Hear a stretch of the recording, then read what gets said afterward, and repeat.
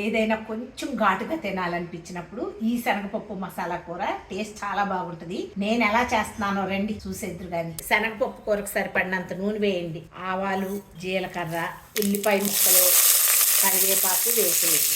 ఒకసారి తిప్పేసి పసుపు, ఉప్పు, కారం వేసి మీడియం ఫ్లేమ్లో పెట్టి వేయించండి. 1 అవర్ నానబెట్టిన శనగపప్పుని వేసేయండి. తిప్పి శనగపప్పుకి సరిపడా నీళ్లు పోద్దాం. ధనియాలు, జీలకర్ర, 2 లవంగాలు, దాల్చిన చెక్క ముక్క వేసి కొట్టిన ధనియాల పౌడర్ ని వేసేయండి. మీడియం ఫ్లేమ్ లో పెట్టి 1 విజిల్ రానిద్దాం.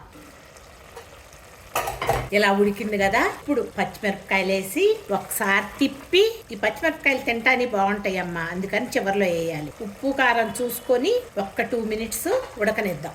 లాస్ట్ లో చిన్న దాల్చిన చెక్క ముక్కలు అలాగే సోంపు వేసుకొని ఒకసారి తిప్పేసి దించేయండి. అద్భుతమైన ఈ మసాలా కూరని మీరందరూ ఒకసారి చేసుకొని టేస్ట్ చూడండి అమ్మ.